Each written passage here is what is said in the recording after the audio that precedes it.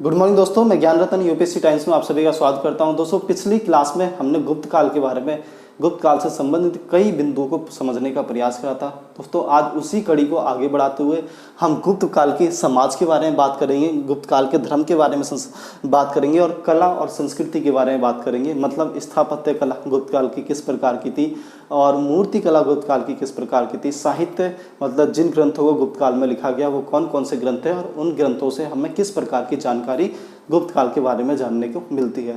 तो दोस्तों, मैं आपको पहले भी कई बार बता चुका हूँ कि इतिहास क्योंकि अतीत का अध्ययन है, इसीलिए इतिहास हम उन्हीं चीज़ों से जानते हैं जो उस समय की चीज़ें हमारे सामने उपस्थित हैं। और उस समय की चीज़ें हमारे सामने दो रूपों में उपस्थित होती हैं दोस्तों।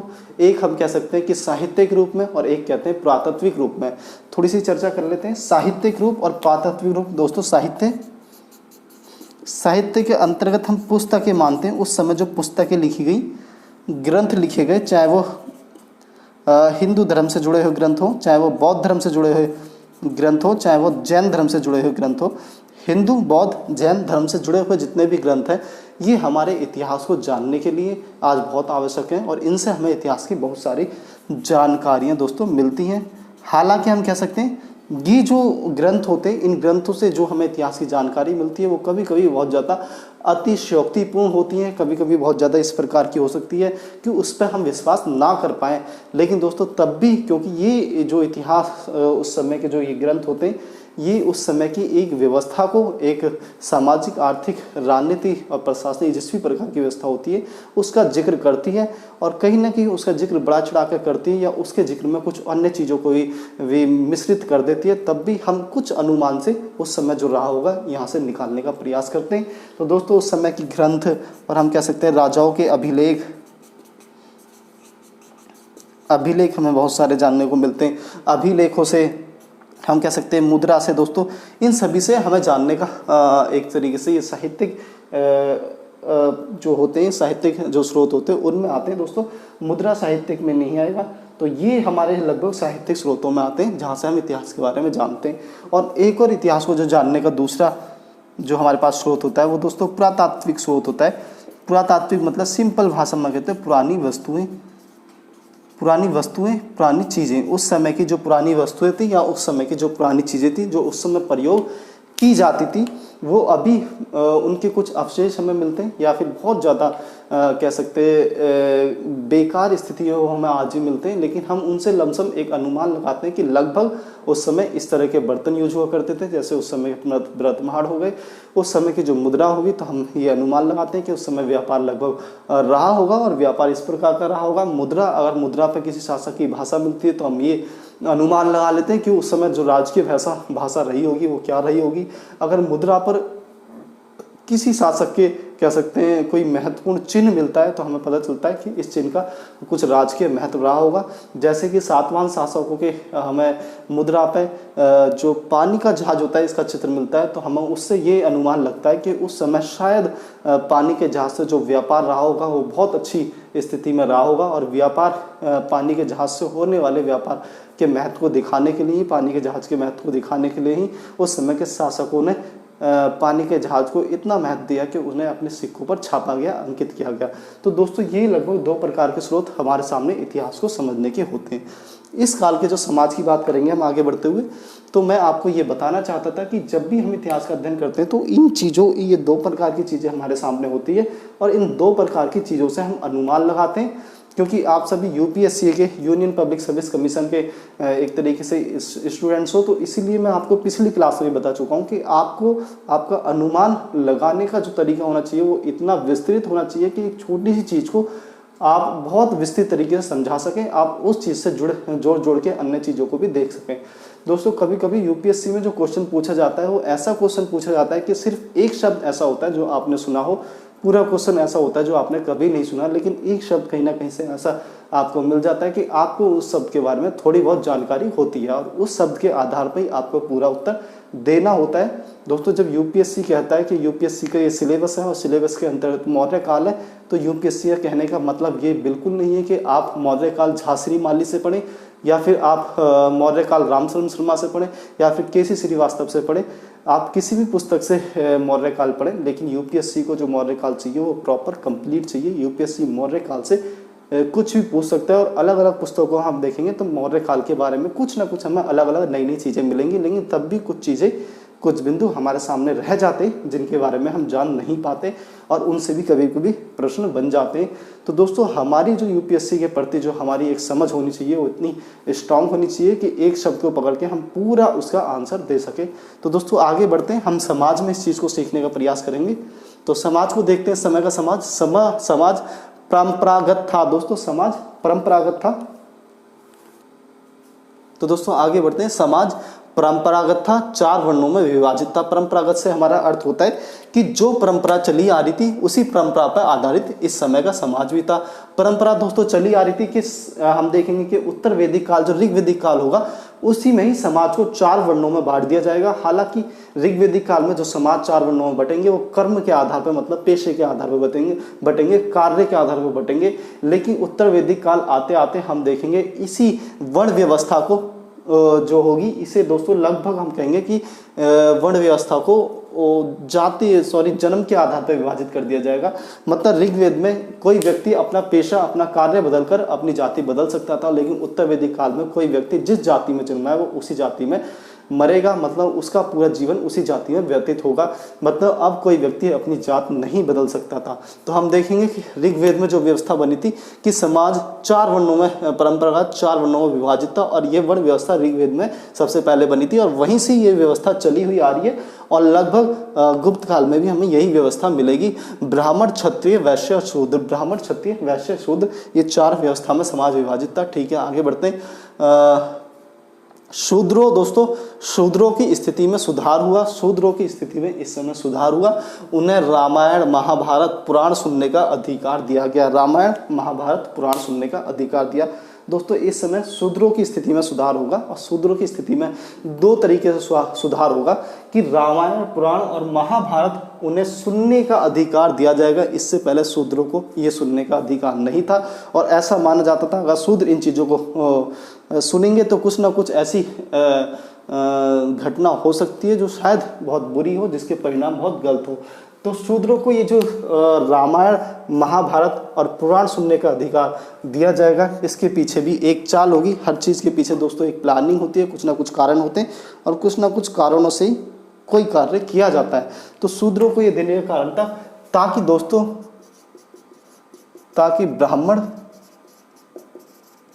धर्म का विस्तार हो सके। ब्राह्मण धर्म ना कह के हम संस्कृति कहेंगे, ब्राह्मण संस्कृति का दोस्तों विस्तार हो सके। अब तक जो ब्राह्मण संस्कृति थी वो सिर्फ समाज के ऊंचे वर्गों तक ही सीमित थी। जो समाज का बहुसंख्यक वर्ग था, मतलब जो समाज में बहुत ज़्यादा जनसंख्या वाला वर्ग था, हम कह सकते हैं कि अगर ये समाज है और इस समाज में लगभग हम कह सकते हैं कि 100 लोग अगर रहते तो 100 में से लगभग 5% लोग दोस्तों, लगभग 5% लोग ही ब्राह्मण संस्कृति को मानते थे, ब्राह्मण संस्कृति के प्रति अपने आप को समर्पित करते थे। जबकि इस 100 में से जो 90% लोग थे वो अभी भी बहुसंख्यक लोग कहेंगे ना, बहुसंख्यक, और वो अभी भी ब्राह्मण संस्कृति से बाहर थे। आखिरकार ब्राह्मण संस्कृति को अगर फैलना है, ब्राह्मण संस्कृति को अगर अपना आधार और मजबूत करना है, और ऐसे समय पर जब बौद्ध धर्म और जैन धर्म ब्राह्मण संस्कृति को, ब्राह्मण धर्म को या पंथ को एक महत्व कह सकते हैं, एक कठोर चुनौती पेश कर रहे हैं इनके सामने, ऐसे में ब्राह्मण संस्कृति के लिए जरूरी था कि अब तक इन्होंने समाज के जिन लोगों को बाहर कर रखा था कि आप अछूत हैं, आपको ये करने का अधिकार नहीं है, आप वैश्य तो आपको ये करने का अधिकार नहीं है, जिस वर्ग को इन्होंने इस चीज़ से बाहर कर रखा था उस वर्ग को शामिल करना अब इनकी मजबूरी हो गई थी। नहीं तो उस वर्ग को जल्दी से बौद्ध धर्म या जैन धर्म अपने में शामिल कर लेता और वो बहुसंख्यक वर्ग बौद्ध धर्म या जैन धर्म बन जाता। तो दोस्तों एक तो ये कारण रहा कि ताकि ब्राह्मण संस्कृति का विस्तार किया जा सके और बौद्ध धर्म जैन धर्म से मिलने वाली चुनौती को कम किया जा सके, पहला। दूसरा कारण शूद्रों की स्थिति में सुधार, उन्हें रामायण महाभारत सुनने का अधिकार। दूसरा हम कहेंगे कि इस समय में शूद्रों को कृषि में लगाया,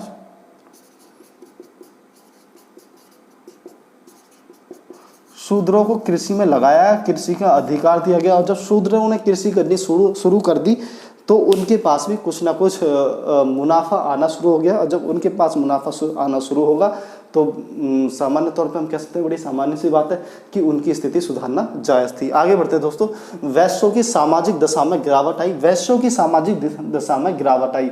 ऐसा नहीं था कि पिछले काल में वैश्यों की सामाजिक दशा बहुत अच्छी थी और इस काल में बहुत गिर गई। इस काल में जो वैश्यों की सामाजिक दशा में गिरावट आई, उसका जो मुख्य कारण था दोस्तों कि शूद्रों की सामाजिक दशा में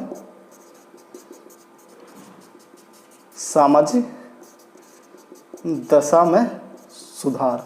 इसका जो महत्वपूर्ण कारण था, वैश्यों की सामाजिक दशा में गिरावट नहीं आई थी, लेकिन क्योंकि शूद्र अब तक यहाँ हुआ करते थे और वैश्य यहाँ हुआ करते थे, अब शूद्र लगभग वैश्यों के बराबर में आ गए। तो हम कह सकते हैं कि एक तरीके से इनकी स्थिति में गिरावट तो नहीं हुई, लेकिन इनकी स्थिति उठ गई, क्योंकि तो इसीलिए ये लगभग शूद्रों के समान हो गए, जबकि वैश्य हमेशा शूद्रों से ऊपर थे। तो इसलिए हम कहेंगे कि शूद्रों की स्थिति में गिरावट हुई। दोस्तों इस समय शूद्रों की स्थिति में गिरावट हुई, वैश्यों की स्थिति में गिरावट हुई, क्योंकि शूद्रों की सामाजिक दशा में सुधार हुआ और शूद्र लगभग वैश्यों के समानांतर हो गए। जब शूद्रों के पास पैसा आना शुरू हो गया, वो कृषि में कार्य करने लगे और कृषि से उन्हें मुनाफा प्राप्त होने लग गया, तो उनकी आर्थिक स्थिति सुधरी और आर्थिक स्थिति सुधरी तो वो वैश्यों के बराबर में आ खड़े हुए। आगे बढ़ते दोस्तों, उपजातियों में वर्ण संकरों का विकास हुआ। उपजातियों में वर्ण संकरों का विकास हुआ, इससे हमारा क्या मतलब है दोस्तों? आज हम देखते हैं कि जब हम प्राचीन काल की बात करते हैं तो सिर्फ 4 वर्ण हुआ करते थे और इन 4 वर्णों को ही हम एक प्रकार से 4 जाति कहा करते थे कि ब्राह्मण, क्षत्रिय और वैश्य और शूद्र, ये 4 ही है। लेकिन अब हम देखते हैं कि कुम्हार भी है, खटीक भी है आपका, और तेली भी है और आपका बनिया भी है। ये इतनी सारी जातें, जो राजपूत, गुज्जर, इतनी सारी जातें आखिरकार कहाँ से आई, कहाँ से ये चीज़ें निकल के आई? तो उसका जवाब हमें दोस्तों यहीं पे मिलेगा कि इस काल में हम देखेंगे कि वर्ण संकर या फिर जातियों से उपजातियों का विकास होगा। वर्ण संकर से दोस्तों हमारा मतलब है कि अगर हम सपोज करते हैं एक व्यक्ति जो पिता है ब्राह्मण है और उसकी पत्नी शूद्र है।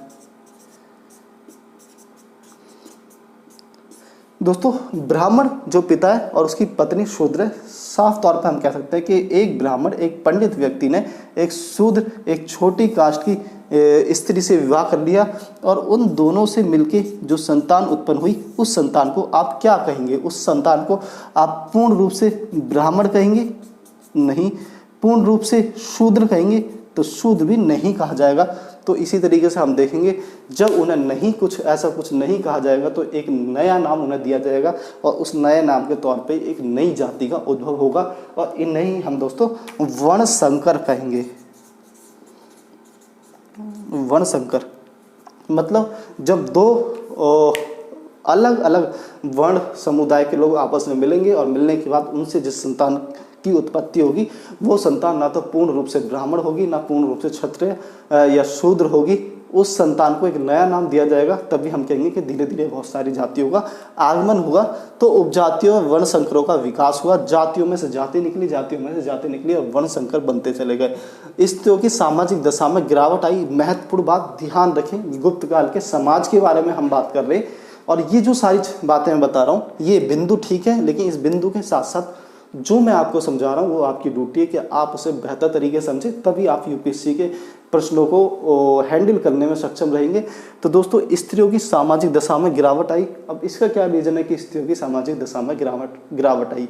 मैं आपको पहले ही बता चुका हूँ, जब जब ब्राह्मण संस्कृति का पुनरुत्थान होगा, जब जब ब्राह्मण संस्कृति एक बार से दोबारा उभर कर आएगी या फिर मजबूत होगी, तब तब महिलाओं के ब्राह्मण संस्कृति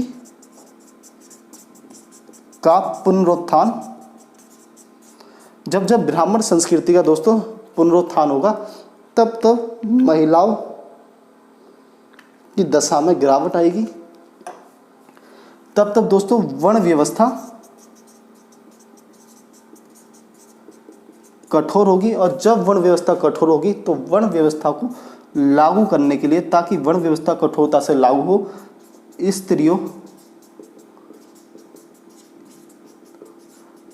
स्त्रियों की दशा में गिरावट आएगी या फिर स्त्रियों में बहुत सारे प्रतिबंध या फिर बंदिश लगा दिए जाएंगे। बहुत सारे प्रतिबंध और बंदिश लगा दिए जाएंगे स्त्रियों पर। क्यों? आखिर वर्ण व्यवस्था से स्त्रियों का क्या ताल्लुक है। तो अगर ये हम कहेंगे कि वर्ण व्यवस्था से स्त्रियों का क्या ताल्लुक है, अगर वर्ण व्यवस्था को आपको कठोरतम तरीके से लागू करना है, अगर वर्ण व्यवस्था को बनाए रखना है, तो स्त्रियों को पर ही प्रतिबंध क्यों, पुरुषों पर प्रतिबंध क्यों नहीं? क्योंकि दोस्तों इस समय माना गया अगर वर्ण व्यवस्था को बचाना है, वर्ण व्यवस्था को अगर बचाना है तो स्त्रियों को बाहर मत निकलने दो,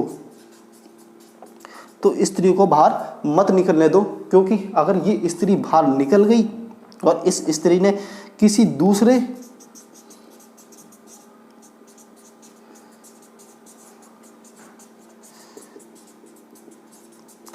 दूसरे वर्ण व्यक्ति से शादी कर ली, तो उनसे जो बच्चा होगा वो वर्ण व्यवस्था को तोड़ देगा, वो बच्चा वर्ण व्यवस्था की जो कहते हैं जड़ें होंगी उन्हें कमज़ोर कर देगा।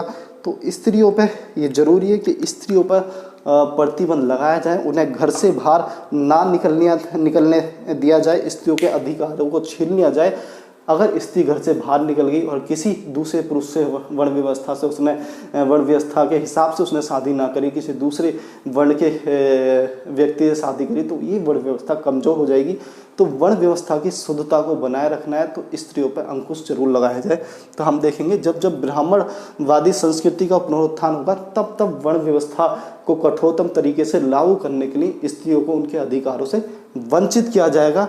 अब स्त्रियों, आज भी हम देखते हैं कि मोदी साहब के आने के बाद हम देखेंगे कि जात पात बहुत सारा होने लग गया है, हिंदू मुस्लिम बहुत सारी होने लग गई। ये चीज़ें बहुत ज़्यादा बड़ी है क्योंकि एक ऐसी संस्कृति जो पूर्ण रूप से अपने आप को ब्राह्मण संस्कृति ही मानती है।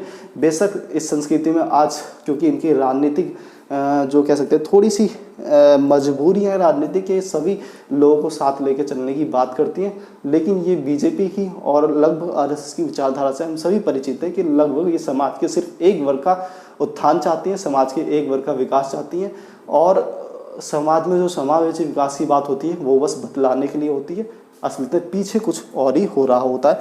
तो हम देखेंगे आज की स्थिति में भी जब जब ऐसा होगा तो आप स्त्रियां की जो दशा होगी वो गिरावट आएगी स्त्रियों की दशा में।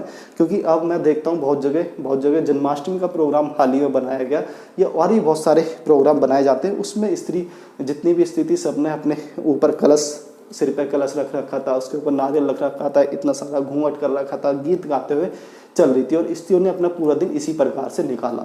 तो दोस्तों जब हमारे 30 त्योहारों में सभी प्रकार के कार्यों में स्त्रियों को सिर्फ ये ड्यूटी दी जाएगी कि आप इस तरह के कार्य करें, तो वो कब पढ़ेंगी, कब लिखेंगी, कब बड़े बड़े कॉर्पोरेट कह सकते हैं डिपार्टमेंट्स में जाके अपनी सहभागिता निभाएंगी, कब जाके विकास की भागीदार बनेगी, कब जाके देश के ऊंचे ऊंचे पदों पर बैठेंगी, कब जाके आईएएस आईपीएस बनेंगी, कब जाके देश की बड़ी बड़ी नेताएं बनेंगी? नहीं बनेंगी दोस्तों। तो स्त्रियों को दबाया जाएगा। आप देखेंगे जो ब्राह्मण संस्कृति से ज़्यादा ही प्रभावित लोग होते हैं उनके घरों के अगर आप बहुओं को देखेंगे तो बहुएं लगभग इतना पर्दा रखती हैं। वो पर्दा क्यों रखती हैं दोस्तों?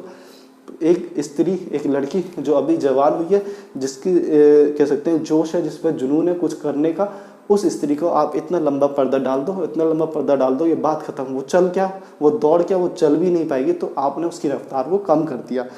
हम देखेंगे जब नई नई शादी होती है तो स्त्रियों पर, एक नई बहू पर बहुत सारी अंकुश लगाया जाता है कि बाहर नहीं जाना, ये नहीं करना, वो नहीं करना, इतना लंबा पर्दा रखना है।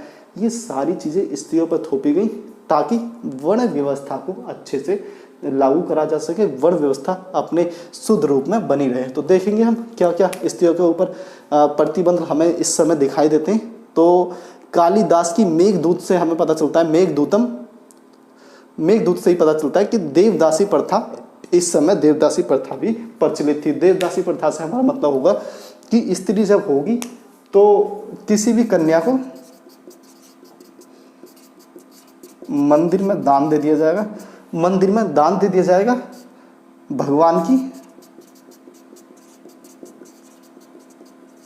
आराधना, भगवान की आराधना के लिए उसका पूरा जो जीवन होगा वो भगवान की आराधना के लिए व्यतीत होगा, भगवान की भक्ति के लिए वो अपने पूर्ण जीवन सिर्फ भगवानों की भक्ति करते ही उसका पूर्ण जीवन गुजरेगा। तो दोस्तों मंदिरों में दान दे दिया जाएगा, यही देवदासी प्रथा होगी। दक्षिण भारत में काफ़ी प्रचलित थी और आज भी दक्षिण भारत में प्रचलित है। और कभी कभी हमें इन देवदासी प्रथा के संदर्भ में जो हमें आज भी कभी कभी अखबार में, न्यूज़पेपर में सुनने को मिलता है कि देवदासी प्रथा, जिन लड़कियों को मंदिर में दिया गया, दान दिया गया, पुजारियों ने उनके साथ यौन शोषण करा। तो ऐसी प्रथाओं को दोस्तों, ये प्रथा जब जब हम धर्म के प्रभाव में ज़्यादा आते जाएंगे, इस तरह की प्रथाएं चलेंगी और इस प्रकार की प्रथाओं से या फिर किसी भी धर्म से सिर्फ और सिर्फ महिलाओं का लॉस ही होना है। आगे बढ़ते हैं। भानुगुप्त के एरन अभिलेख से हमें सती प्रथा का जिक्र मिलता है। भानुगुप्त के एरन अभिलेख से सती प्रथा से हमारा मतलब होता है, अगर कोई स्त्री है, उसका पुरुष मर जाए तो उस स्त्री को भी अपने पुरुष के साथ ही जिंदा जला दिया जाए, अन्यथा वो स्त्री भी किसी और से विवाह कर सकती है और वो स्त्री किसी और से विवाह करेगी। हो सकता है कि ऐसी स्त्री जो पहले किसी भी कह सकते हैं किसी पुरुष के साथ रह चुकी है, उससे शायद उसी वर्ण व्यवस्था से जुड़ा हुआ कोई पुरुष शादी ना करे, लेकिन निचली वर्ण व्यवस्था से जुड़ा हुआ, उससे नीचे स्तर का पुरुष उससे शादी कर सकता है। ऐसे में वर्ण व्यवस्था, दोबारा से कहेंगे, वर्ण व्यवस्था ढीली पड़ेगी और ढीले वर्ण व्यवस्था को किसी भी कारण से ढीला नहीं करना है। तो भानुगुप्त के एरन अभिलेख से सती प्रथा का हमें जिक्र मिलता है। मैंने आपको बताया कारण क्या था, महिलाओं पर अंकुश लगाना ताकि वर्ण व्यवस्था बनी रहे।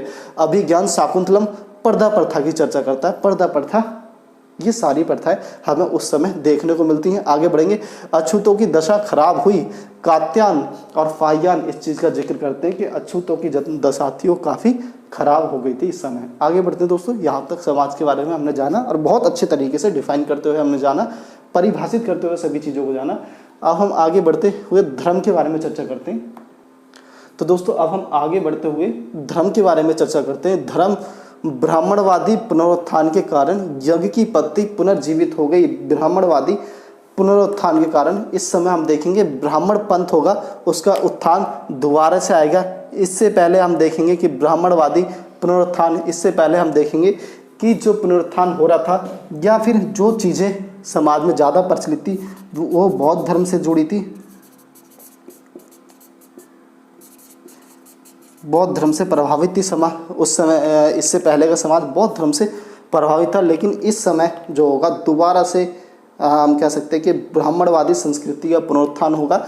एक बार वो सभी चीज़ें जो हमें वैदिक काल में, उत्तर वैदिक काल में देखने को मिलेंगी, वो सभी चीज़ें दोबारा से यहाँ पर जीवित होती चली जाएंगी। उसका एक महत्वपूर्ण कारण रहेगा क्योंकि दोस्तों इस समय के शासक ब्राह्मण संस्कृति के संरक्षक, इस समय के जो शासक थे वो ब्राह्मण संस्कृति के संरक्षक रहेंगे या फिर उनका जो विश्वास होगा वो ब्राह्मण संस्कृति में होगा।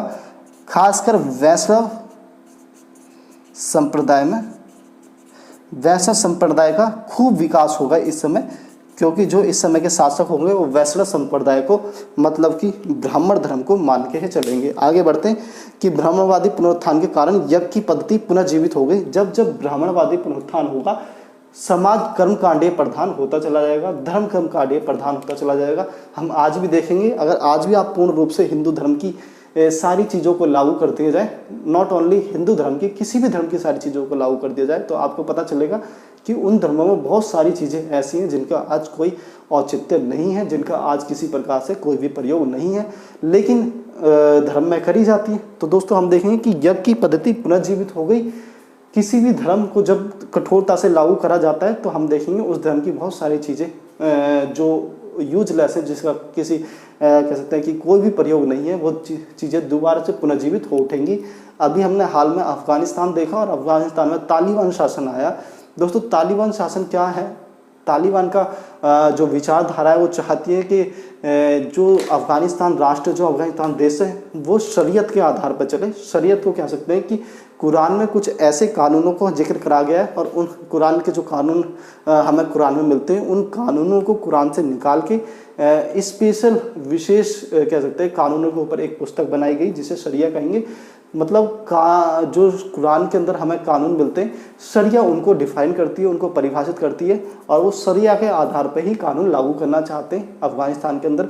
और शरिया कहती है अगर कोई भी स्त्री बाहर निकले तो उसको कम से कम पूरा नकाब उसके चेहरे पे पूरा होना चाहिए, उसे पराये मर्द को उसकी कह सकते हैं एक उंगली भी नहीं दिखनी चाहिए।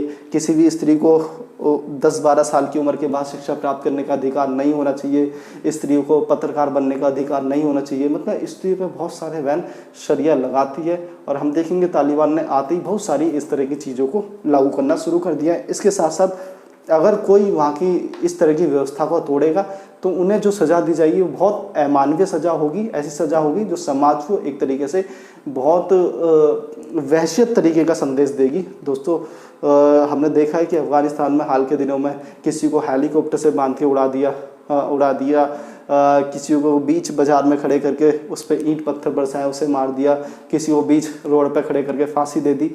ये सारी चीज़ें जो शरिया हैं, ये सारी चीज़ें आज के एक सभ्य समाज में इनका कोई स्थान नहीं है। और ये शरिया ही नहीं, हिंदू धर्म या जैन धर्म, बौद्ध धर्म और इन किसी भी धर्म से जुड़ी हुई कोई भी अगर ऐसी व्यवस्था है तो उसका आज के समाज में कोई भी, मुझे लगता है कोई भी महत्व नहीं है। समाज बहुत आगे बढ़ चुके हैं, आज दुनिया आगे बढ़ चुकी है और दुनिया आर्थिक और भौतिक कह सकते हैं क्षेत्र की ओर अग्रसर हो रही है। निरंतर लोग अपने जीवन को सभ्य बनाने के लिए, शिष्ट बनाने के लिए हाईली एजुकेटेड हो रहे लोग और अच्छे घर मकान, अच्छी सोच समझ को पैदा कर रहे हैं। तो ऐसे में ज़्यादा से ज़्यादा फ्रीडम की आवश्यकता है कि लोगों को उभरने के लिए ज़्यादा से ज़्यादा आज़ादी दी जाए, ना कि उनकी आज़ादी पे किसी प्रकार का अंकुश लगाया जाए। तो दोस्तों हम देखेंगे ब्राह्मणवादी पुनरुत्थान के कारण यज्ञ की पद्धति पुनः जीवित हुई।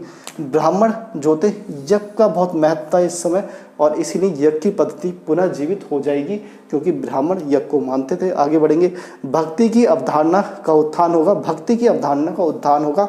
भक्ति से हमारा अर्थ है, मैंने आपको पिछली क्लास में बताया था कि जब ईश्वर के प्रति एक समर्पण हो, ईश्वर के प्रति वो समर्पण इस प्रकार का कि चाहे ईश्वर सही हो चाहे ईश्वर गलत हो, मेरा ईश्वर तो मेरा ईश्वर है, मेरा भगवान तो मेरा भगवान है।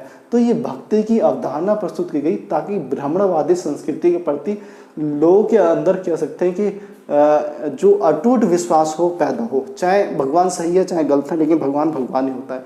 अब आज के समय में हम देखेंगे इस चीज़ का बहुत प्रभाव हमें आज के समय में भी देखने को मिलता है कि भक्ति, जो लोग भगवानों को मानते हैं, तो तरह तरह के भगवानों को मानते हैं, अगर तुम किसी मुसलमान से कह दो कि अल्लाह तो इस दुनिया में था ही नहीं, तो वो एकदम बहुत बुरा मान जाएगा, कहेगा अच्छा तो दुनिया किसने बनाई। उसके साथ वो ऐसे 50 सवाल पूछने लग जाएगा। फिर उसे कहो कि अच्छा दुनिया किसने बनाई। अगर यही सवाल का आपको जवाब चाहिए तो ये सवाल का जवाब आप देश के अच्छे वैज्ञानिकों के पास जाओ, उनके पास आपको ये जवाब मिलेगा। वैज्ञानिकों के पास नहीं जाते तो अच्छी पुस्तकें पढ़ो, वहाँ पर आपको मिलेगा इनका जवाब। तो वो उन अच्छे पढ़े हुए विद्वानों के जवाबों को नकार देंगे, लेकिन अल्लाह पर उनका विश्वास कम नहीं होगा। इसी तरीके से हिंदू धर्म के लोगों को देखें, कुछ लोगों को कि आज श्री राम श्री राम श्री राम जय श्री राम के नाम पर क्या क्या कर रहे हैं। जय श्री राम के नाम पर मार काट हो रही है।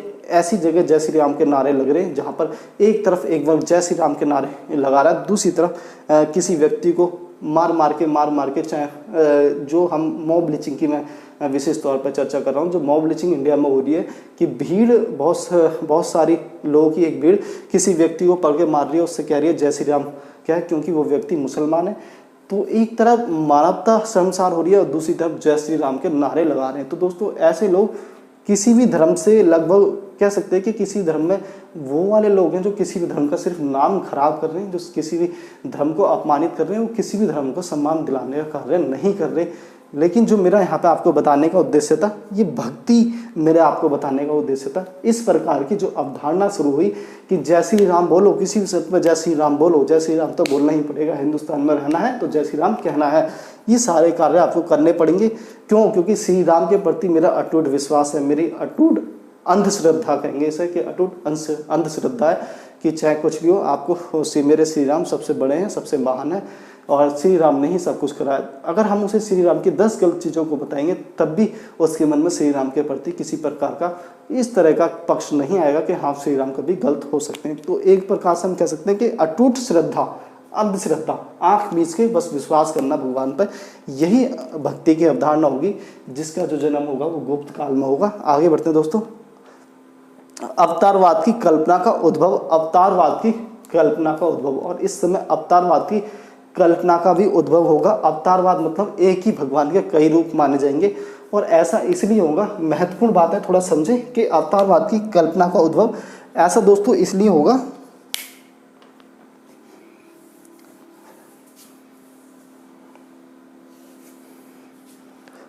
क्योंकि अवतारवाद का मतलब होता होगा दोस्तों कोई एक भगवान होंगे और उनके कई रूप होंगे। एक ही भगवान के कई रूप होंगे। एक ही भगवान के कई रूपों से क्या मतलब होगा कि उस समय का जो समाज था वो दो तरीके से था। एक तो हम कह सकते हैं ब्राह्मण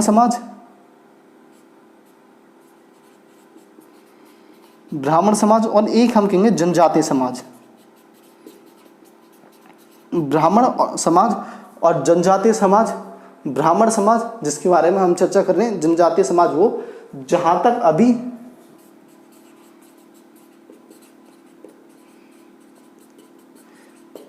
अभी किसी भी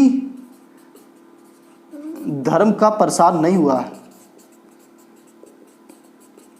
जहां तक अभी किसी भी धर्म का प्रसार नहीं हुआ है। जनजातीय समाज ऐसा समाज, मैंने आपको पहली भी कक्षाओं में बताया कि जनजातीय समाज वो समाज होता है जो अभी भी विकास की मुख्य धारा से पीछे होता है, या फिर जो अभी भी समाज से पीछे होता है, जो अभी भी जंगलों में रहकर या फिर इस जंगल में से जुड़ी हुई जो प्रक्रियाएं होती है उनसे रहकर अपना गुजर बसर कर रहा है, अपना भरण पोषण कर रहा है। जंगल से बाहर की दुनिया कैसी है वो इस चीज़ को नहीं जानता। उनकी एक अपनी संस्कृति, अपने तौर तरीके, अपने रीति रिवाज होते हैं। वो दोस्तों जनजातीय समाज होता है और वो बाहर के समाज से बहुत ज़्यादा परिचित नहीं होता। यहाँ पर हम देखेंगे जनजातीय समाज में कोई वर्ण व्यवस्था नहीं होगी, क्योंकि इन्हें पता ही नहीं होगा वर्ण व्यवस्था क्या होती है। कोई यज्ञ नहीं होगा, क्योंकि इन्हें पता नहीं होगा कोई भी कि यज्ञ की पद्धति क्या होती है। कोई भगवान जो इनके होंगे वो भगवान अलग तरीके के होंगे। वो भगवान ऐसे होंगे कि वो भगवान जनजातीय कह सकते हैं, जनजातीय एक संस्कृति से मिलते हुए, मैच करते हुए भगवान होंगे।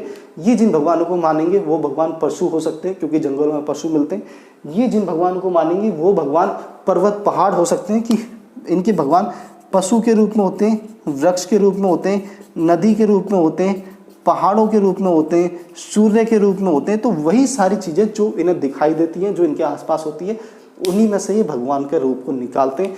उनका कितना महत्व है किस चीज़ का, उसके आधार पर ये उन चीज़ों को भगवान मान के पूजने लग जाते हैं। तो यहाँ पर हमें इस प्रकार के भगवान दिखेंगे। और ब्राह्मण संस्कृति में हमें देखेंगे कि अच्छे अच्छे साफ सुंदर बढ़िया बढ़िया भगवान दिखेंगे। लेकिन ये अच्छे साफ सुंदर और बढ़िया बढ़िया जो भगवानों की मैं बात कर रहा हूँ, तो शिव जी तो बहुत बढ़िया नहीं है, अच्छे भी नहीं है, साफ सुंदर भी नहीं है। पहाड़ों पर रहते हैं, जंगली वेशभूषा पहनते हैं, शेर की खाल पर बैठते हैं, इतना बड़ा जूड़ा बांध रखा है, सिर पर गले में नाग लटका रखा है, हाथ में हड्डी पकड़ रखी है। कैसे भगवान है? तो दोस्तों ये ऐसे भगवान है कि इन भगवानों को इस समय बनाया गया। और इन भगवानों को इस समय क्यों बनाया गया कि इनके जो भगवान थे, जो ब्राह्मण समाज के भगवान थे, वो इंसानी रूप में थे। और इस समाज के जो भगवान थे वो जानवर में, वृक्ष में, नदी में, पहाड़ों में, पर्वतों में, या फिर एक तरीके से प्राकृतिक रूप से थे। अब आपको जनजातीय समाज को अपने साथ मिलाना है, हिंदू धर्म को और बड़ा कराना है, इन लोगों को भी, जनजातीय लोगों को भी हिंदू बनाना है, ब्राह्मण बनाना है। खासकर उस समय तक हिंदू नहीं हुआ करता था, हिंदू शब्द का प्रयोग भी नहीं था। तो आपको इन लोगों को अगर ब्राह्मण बनाना है तो इन लोगों के देवताओं को आप ले लो और इन्हें अपने देवता दे दो। एक तरीके से क्रॉस मिक्सिंग कर डालो। इनके देवताओं को आप ले लो और अपने देवताओं को इन्हें दे दो, तो पता चलेगा जिस देवता की आप पूजा कर रहे हैं उसकी तो ये भी पूजा कर रहे हैं। मतलब आप दोनों की संस्कृति एक है। जिस देवता की ये पूजा कर रहे हैं उसकी पूजा आप करें, मतलब दोनों की संस्कृति एक है। तो क्या करा गया, इन दोनों के देवताओं को दोस्तों मिश्रित कर दिया गया। और मिश्रित करने के बाद एक नए देवता का विकास हुआ। नए देवता का विकास हुआ, एक नया देवता उभर कर आया। और इस देवता को हम देखेंगे, ये देवता आधा इंसान और आधा जानवर। ये देवता दोस्तों आधा इंसान और आधा जानवर होगा। जैसे कि हम कह सकते हैं कि शिव जी के स्वरूप को जो दर्शाया गया है वो एक इंसान होते हुए भी ऐसा स्वरूप दिखाया गया है, जैसे वो जंगलों में रहते हो, पहाड़ियों में रहते हो, और कह सकते हैं नदी झरने इन चीज़ों के आसपास रहते हो, या फिर जंगल में मिली हुई चीज़ों का ही प्रयोग करते हो। तो हम कहेंगे कि इस समय जनजातीय देवताओं का और ब्राह्मण देवताओं का एक मिश्रण हुआ, जिसके कारण अवतारवाद की एक संकल्पना का उद्भव हुआ। और उसके परिणाम स्वरूप हम देखेंगे कि नए देवताओं का विकास होगा। शिव जी को देखेंगे हम कि शिव जी इस प्रकार के एक देवता होंगे जो अपने कहेंगे कि सूरत से, बॉडी स्ट्रक्चर से, जो उनका शरीर होगा शारीरिक रूप से वो ब्राह्मण समाज से ताल्लुक़ रखते होंगे, लेकिन जो उनकी वेशभूषा होगी, जो उनका कार्यशैली होगी, मतलब जो उनका तौर तरीका होगा, वेशभूषा होगी, ये सभी जनजातीय तत्वों से लिए गए हैं। मिक्सिंग करते हुए एक भगवान की उपस्थिति होगी। नए अवतार बनेंगे भगवानों में, जैसे कि ब्रह्म विष्णु के 9 अवतारों को घोषित किया जाएगा।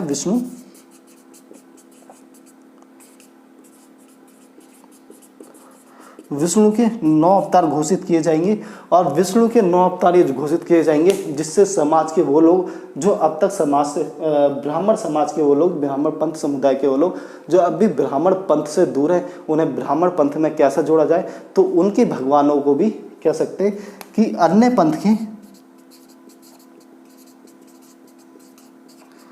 पंथ के भगवानों को भी विष्णु का रूप घोषित कर दिया जाएगा। तो अन्य पंथ के भगवानों को भी विष्णु का रूप घोषित कर दिया जाएगा और कह दिया जाएगा कि आपके भगवान है वो विष्णु का ही रूप है, इसीलिए जो आप है वो हम है, जो हम है वो आप है, इसीलिए हम एक ही है, इसलिए हम सब ब्राह्मण हैं, इसलिए हम सब ब्राह्मण संस्कृति से ताल्लुक, ब्राह्मण पंथ से ताल्लुक रखते हैं, क्योंकि हम सबके भगवान एक है। हो सकता है आपके पास जो रूप है भगवान का वो अलग देखने में अलग हो, लेकिन वो कभी ना कभी हमारे भगवान का ही रूप है, हमारे भगवान से उसका जन्म हुआ है। तो इसी तरीके से हम कहेंगे कि गौतम बुद्ध को भी, भगवान गौतम बुद्ध को भी दोस्तों, गौतम बुद्ध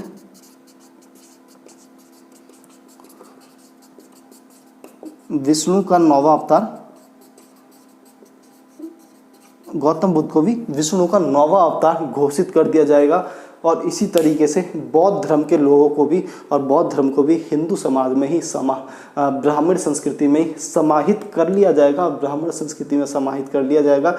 तो बौद्ध लोग और बौद्ध धर्म लगभग कह सकते हैं कि ब्राह्मण संस्कृति के अंदर समाहित हो जाएगा और अपनी पहचान खो बैठेगा और सभी लोग ब्राह्मण संस्कृति से प्रभावित हो जाएंगे। और इस तरीके से हम देखेंगे कि ब्राह्मण संस्कृति का दोबारा से पुनरुत्थान होगा। वो ब्राह्मण संस्कृति जिसे बौद्ध धर्म ने लगभग ख़त्म कर दिया था भारत से बहुत हद तक, वो दोबारा से अब बौद्ध धर्म को ख़त्म करते हुए दोबारा से भारत में फैलनी शुरू हो जाएगी, दोबारा से भारत में एक प्रभावशाली संस्कृति के तौर पर उभर के आएगी। तो दोस्तों ये हमारा उस समय का समाज था। समाज में हम देखेंगे कि मूर्ति पूजा की शुरुआत इस काल में होगी। जब धर्म को आगे बढ़ाना तो सारे कार्य करने पड़ेंगे, तो मूर्ति पूजा की शुरुआत होगी। इससे पहले हम देखेंगे बौद्ध भिक्षु जो होंगे, बौद्ध भिक्षु व जैन तीर्थंकरों की पूजा शुरुआत हो चुकी होगी, लेकिन ब्राह्मण जो धर्म से जुड़े हुए देवता होंगे उनकी जो मूर्ति पूजा शुरुआत होगी वो इस समय होगी। आगे देखते तंत्रवाद का विकास। अब जब धर्म को आगे बढ़ाना ही है तो धर्म में सारी चीज़ों को लाना पड़ेगा। इधर मंत्र तंत्र टोना टोटका होगा, उधर मूर्ति पूजा होगी, उधर मंदिर बनेंगे, उधर साहित्य लिखे जाएंगे, ये सारी चीज़ें करी जाएंगी ताकि धर्म आगे बढ़े। इसीलिए हम इस समय को हिंदू धर्म का पुनरुत्थान कहते हैं, मतलब हम ब्राह्मण संस्कृति का पुनरुत्थान कह सकते हैं। तंत्रवाद का विकास होगा। अब तंत्र मंत्र की भी शुरुआत हो जाएगी कि एक विशेष धर्म से एक विशेष प्रकार के तंत्र को जोड़ दिया जाएगा, मंत्रों को जोड़ दिया जाएगा। अगर आप उन मंत्रों को करेंगे, उच्चारण करेंगे, अपने यहाँ तंत्र मंत्र ऐसा कुछ कराएंगे तो शायद आपका बहुत भला होगा, आप जीवन में बहुत आगे तक बढ़ेंगे। जो तंत्र मंत्र आज भी लागू है। हम देखेंगे ब्रह्मा विष्णु महेश की परिकल्पना। ब्रह्मा विष्णु महेश की परिकल्पना इस समय जो उभर कर आई वो इस समय की धार्मिक व्यवस्था की एक महत्वपूर्ण सोच रही कि ब्रह्मा विष्णु महेश की परिकल्पना अगर सबसे पहले हम देखेंगे तो इसी काल में मिलेंगे दोस्तों। ब्रह्मा विष्णु महेश, एक ही भगवान को 3 रूप कह सकते हैं कि कहा जाएगा। पूरी सृष्टि लगभग एक है, एक ही भगवान के ये रूप है। ब्रह्मा भी वही है, विष्णु भी वही है, महेश भी वही है। सिर्फ बस ब्रह्मा जो होगा वो पृथ्वी के जन्मदाता होंगे, पृथ्वी के जन्मदाता। विष्णु जो होंगे वो पालनहारा, पृथ्वी को चलाने वाले। महेश, महेश से हमारा मतलब होता है शिव, शिव जी को महेश कहा गया, जो होंगे इसके नरसंहारक, मतलब ध्वस्त करने वाले, पृथ्वी को ध्वस्त करने वाले जो नरसंहारक होंगे, जो पृथ्वी को खत्म करेंगे, वो हमारे शिव जी होंगे, महेश होंगे। तो एक तरीके से आप देखेंगे कि कितनी स्ट्रॉन्ग और कितनी ताकतवर जो कल्पनाएं होंगी वो इस समय धर्म को आगे बढ़ाने के लिए लागू करी जाएंगी। ब्रह्मा विष्णु महेश लगभग कह सकते हैं 4वीं शताब्दी के आसपास इन चीज़ों का जन्म होगा भारत में।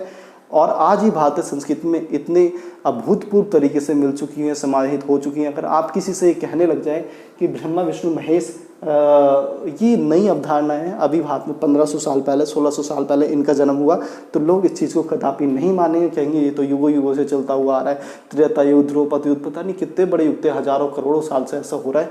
नहीं दोस्तों, हजारों करोड़ों साल से ऐसा नहीं हो रहा। इन सभी के पीछे राजनीतिक कारण थे। ब्राह्मण संस्कृति को भारत में मजबूती के साथ जमाना था, उसका विस्तार करना था, इसलिए ब्राह्मणों को उस समय कह सकते हैं ये एक पॉलिसी रही, एक योजना रही। अगर ब्राह्मण संस्कृति को आगे विस्तार करना है तो संस्कृति के प्रत्येक क्षेत्र में, संस्कृति के प्रत्येक बिंदुओं को एक साथ लेकर चलना पड़ेगा, सभी को मजबूती से उठाना पड़ेगा। और प्रत्येक बिंदु होता है कि दोस्तों भक्ति की अवधारणा प्रस्तुत की गई, देवताओं के प्रति अंधविश्वास होना चाहिए। अवतारवाद कहा गया कि सभी देवता एक हैं, सभी को अपने अंदर समाहित कर लिया। मूर्ति पूजा, अगर लोगों को दिखेगा नहीं तो बिकेगा कैसे, तो दिखाने के लिए किस तरह से भगवान की आराधना करो, मूर्ति पूजा की शुरुआत की गई। तंत्रवाद का विकास हुआ, ब्रह्मा विष्णु महेश की परिकल्पना विकसित हुई और कह दिया गया कि पूरी सृष्टि लगभग इन तीनों भगवानों पर डिपेंड है। मतलब पूरी सृष्टि को बनाने वाले जो ब्रह्मा थे, चलाने वाले महेश थे, उसका नरसंहारक, उसे खत्म करने वाले जो होंगे वो महेश, वो शिव जी है। वो तीनों कहीं ना कहीं ब्राह्मण संस्कृति से ताल्लुक़ रखते हैं। तो जीवन का कोई भी क्षेत्र ऐसा नहीं बचेगा जहां ब्राह्मण संस्कृति का नाम ना आए। तो दोस्तों ये उस समय के हमने समाज को पढ़ लिया। थोड़ा जल्दी कर लेते हैं, क्लास थोड़ी बड़ी हो जाएगी। हम कला के बारे में चर्चा कर लेते हैं दोस्तों। ब्राह्मण पंथ से परिचालित, इससे पहले की जो कलाओं का हम देखेंगे वो बौद्ध पंथ से परिचालित होगी, बौद्ध धर्म से, लेकिन ये जो कला होगी ब्राह्मण पंथ से परिचालित होगी। हालांकि बौद्ध धर्म का भी प्रभाव बना रहा। मंदिर निर्माण कला की शुरुआत, ध्यान रहे, मंदिर निर्माण कला की शुरुआत इस काल में होगी। लेकिन आगे जब हम गुप्तोत्तर काल देखेंगे, खासकर राजपूत काल देखेंगे, राजपूतों का काल देखेंगे, तो हमें और बेहतरीन तरीके के मंदिर जो दिखाई देंगे, जो यहाँ पर अब तक नहीं दिखाई दिए। लेकिन सर्वप्रथम अगर भारत में मंदिर बनते हुए दिखाई देते हैं तो वो गुप्त काल में दिखाई देते हैं, परंतु बेहतर तरीका गुप्तोत्तर काल में विकसित होगा। मूर्तिकला एवं चित्रकला के क्षेत्र में स्वर्ण काल कहा जाता है। मूर्तिकला एवं चित्रकाल के क्षेत्र में गुप्त काल को स्वर्ण काल कहा जाएगा, क्योंकि इस समय मूर्तिकला और चित्रकाल के क्षेत्र में जो जिन कलाकृतियों का विकास हुआ वो लगभग क्लासिकल मापदंड, उन्होंने क्लासिकल मापदंड को हासिल करा। क्लासिकल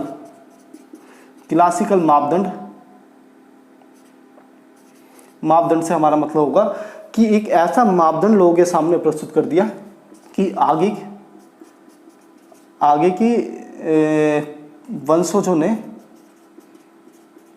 इसे उपयोग किया, कि आगे के वंशजों ने इसे मापदंड के रूप में उपयोग करा। मतलब इसी चीज में कुछ ना कुछ सुधार करते हुए नई चीजों को विकसित करना शुरू कर दिया। मंदिर इस समय बने, उन्हीं मंदिरों में हल्का फुल्का परिवर्तन हुआ। आगे चल के कहेंगे कि आगे चल के जो मंदिर आएंगे बेशक वो मंदिर बहुत अच्छे होंगे, लेकिन जो मंदिर की अवधारणा आएगी, जो ऊपर रंग रूप होगा, वो इसी काल में डेवलप होगा और इसी काल को फॉलो करते हुए, मानते हुए आगे के वंशजों के लिए एक मापदंड का कार्य करेगा ये। परंतु स्थापत्य कला का स्वर्णकाल राजपूत काल को कहा जाएगा। मूर्तिकला चित्रकला में बहुत अच्छा कार्य करा, लेकिन स्थापत्य कला अभी भी जो थी वो बहुत अच्छी नहीं थी, और राजपूत काल में देखने को मिलेगी। स्वतंत्र रूप से मंदिरों का विकास हुआ। जो मंदिर बनाए गए थे वो स्वतंत्र रूप से बनाए गए थे। स्वतंत्र रूप से हमारा मतलब होता है कि उनकी ईंटों कहीं से उठाया, मसालों कहीं से उठाया और बनाना शुरू कर दिया। कुछ मंदिर ऐसे होंगे जो स्वतंत्र रूप से नहीं होंगे, जिन्हें कहेंगे कि वहीं पर पहाड़ियों को काटा के तोड़ा गया और वहीं पर बनाना शुरू कर दिया। आगे बढ़ते दोस्तों, स्थापत्य कला, तो मुख्यतः मंदिरों का निर्माण हुआ स्थापत्य कला में।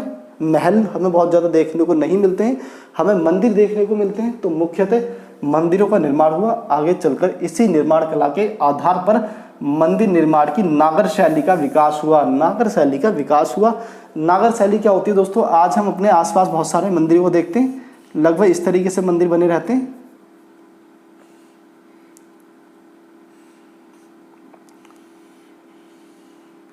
ये जो चौंच होती है दोस्तों, इसी तरीके के बने हुए मंदिरों को हम नागर शैली के मंदिर कहते हैं।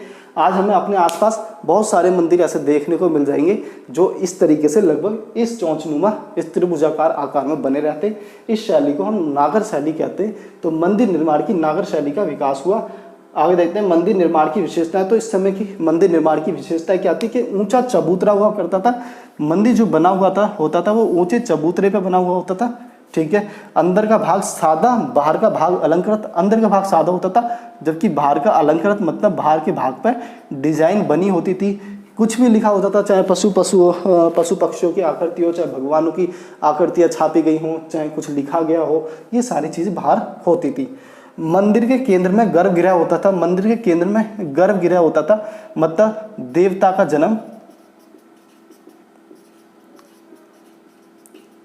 मतलब देवता का जन्म यहीं हुआ। ये दिखाया जाता था कि यहीं पे गर्भगृह और देवता का जन्म यहीं हुआ है। इसमें मुख्य प्रतिमा को स्थापित किया जाता था, और इसमें जो भगवान की प्रतिमा होती थी, जिस भगवान के लिए वो मंदिर प्रसिद्ध हुआ करता था या फिर जो मुख्य भगवान हुआ करता था, उसकी मूर्ति को यहाँ पर स्थापित किया जाता था।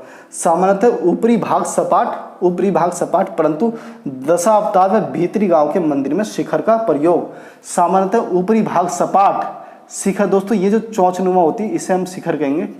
इस समय के जो मंदिर थे वो लगभग ऐसे होंगे, ऊपरी भाग सपाट होंगे, लेकिन ये जो स्थिर होगा इसे हम चौचनुमा मंदिर कहेंगे, और ये जो शिखर मंदिर कहेंगे, चौचनुमा मंदिर, शिखर मंदिर, और यही नागर शैली होगी। और ये जो चौचनुमा हमें इस समय देखने को मिलेगा वो दशावतार मंदिर व भीतर गांव के मंदिर में देखने को मिलेगा। अन्य जो मंदिर मिलेंगे वो हमें लगभग ऐसे सपाट देखने को मिलेंगे।